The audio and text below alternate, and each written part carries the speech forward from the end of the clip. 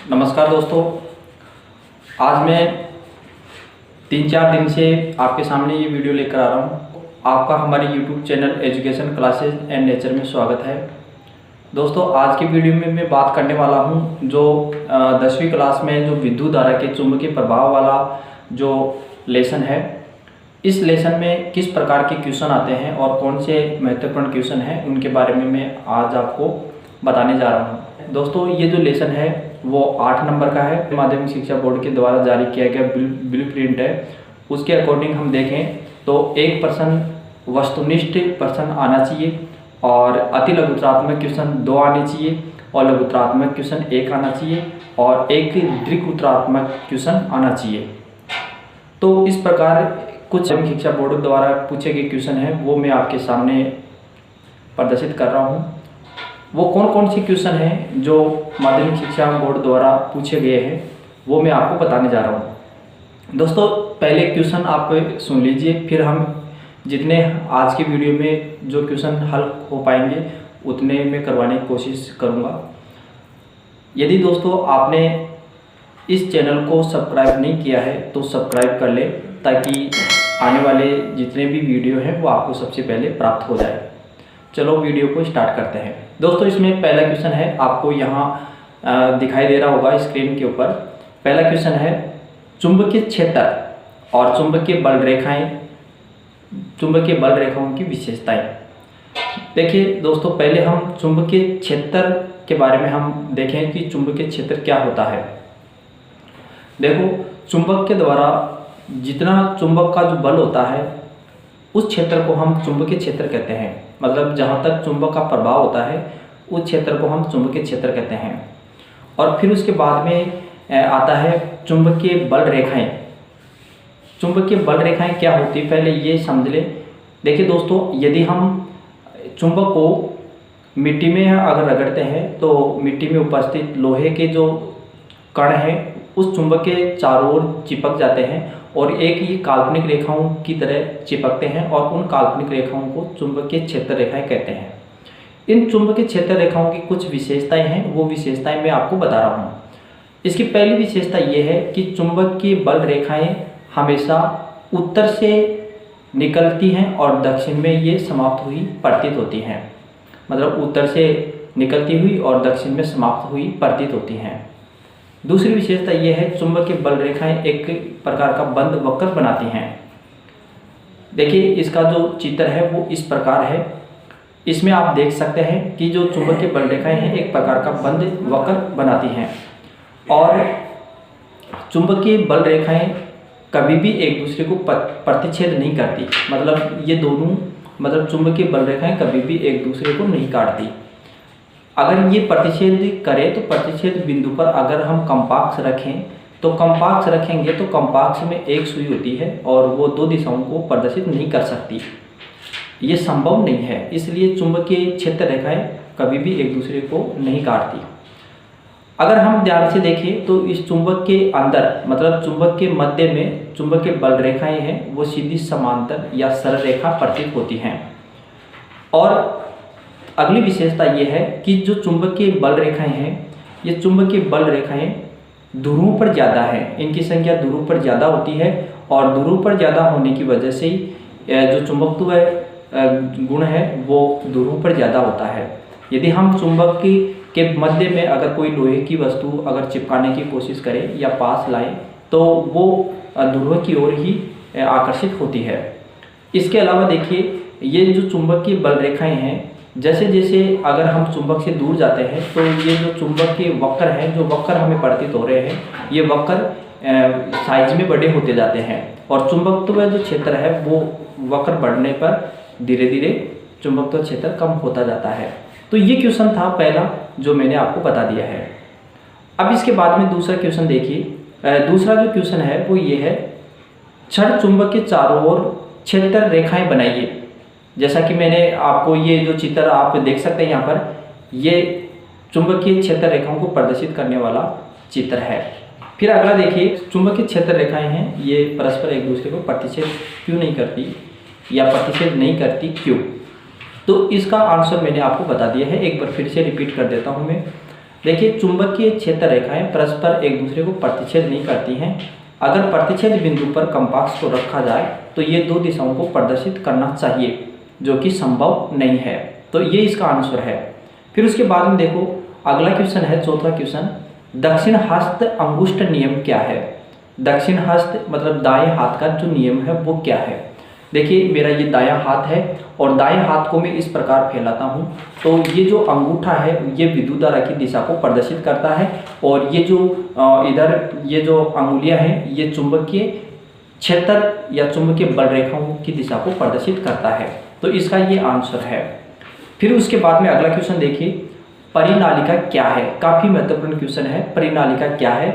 और परिनालिका में प्रवाहित विद्युत धारा के कारण चुंबकीय क्षेत्र समझाइए और परिनालिका से नरम लोहे को विद्युत चुंबक कैसे बनाया जा सकता है। देखिए ये परिनालिका का चित्र है और इस परिनालिका कहते किसे हैं? देखिए यदि हम किसी बेलन के ऊपर विद्युत रोधी तांबे के तार लपेट देते हैं तो वो परिनालिका कहलाती है। मतलब बेलन के ऊपर, यानी कोई भी कुचालक बेलन हो सकता है, कुचालक बेलन के ऊपर अगर विद्युत रोधी तांबे के तार लपेट दिए जाते हैं तो वो परिनालिका बन जाती है या उसे परिनालिका कहते हैं।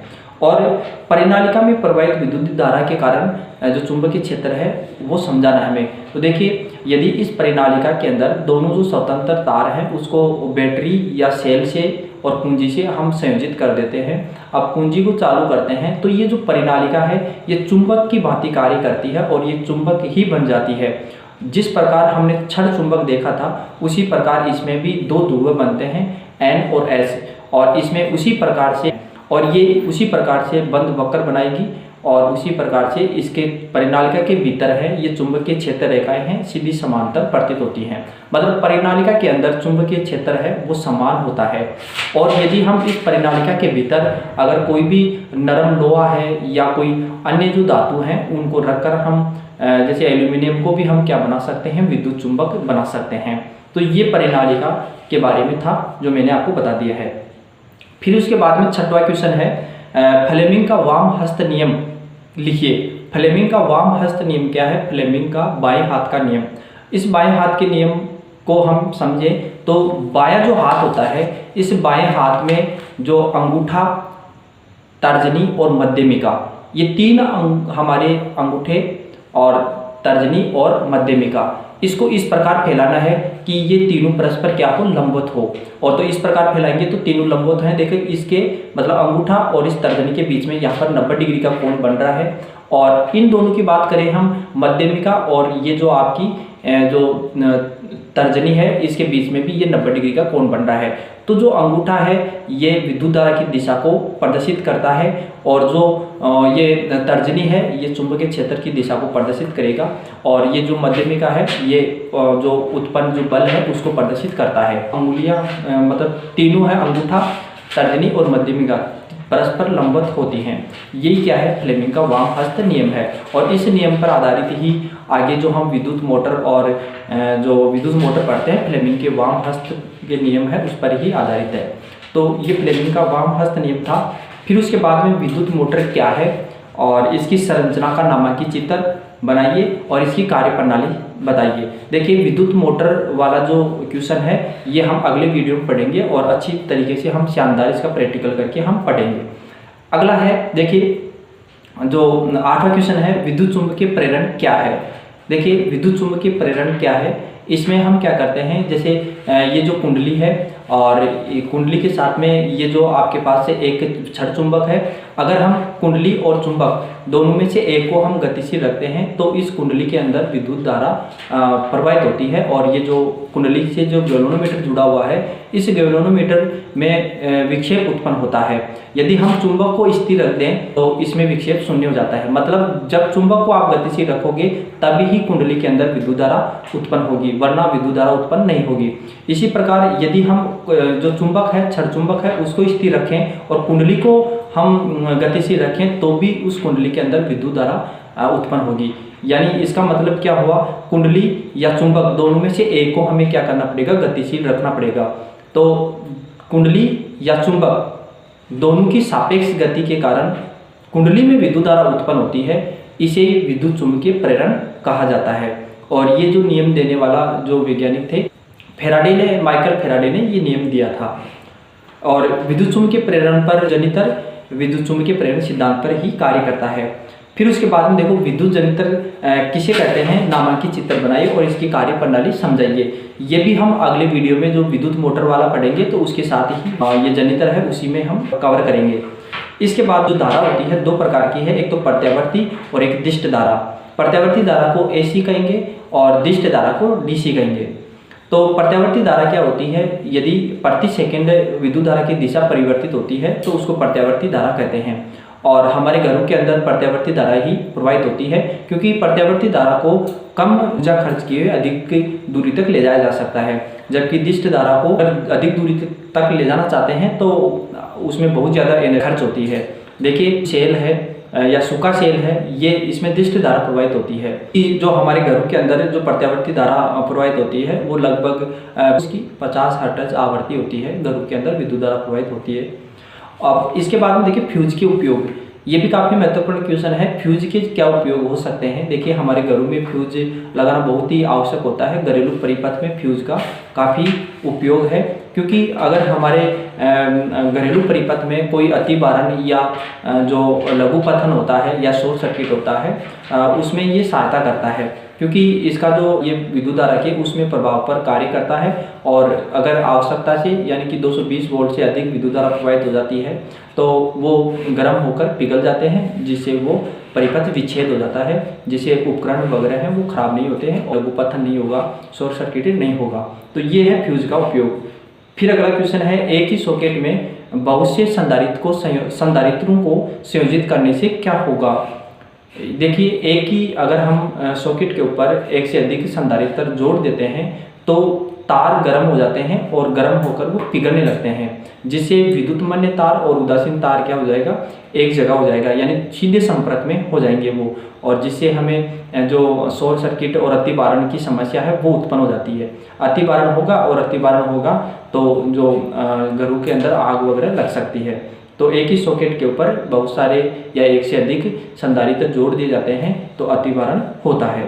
तो ये क्वेश्चन थे दोस्तों आज के वीडियो के अंदर। मैंने आपको विद्युत धारा के जो चुंबकीय प्रभाव हैं उनके बारे में कुछ महत्वपूर्ण बातें मैंने आपको बताई है।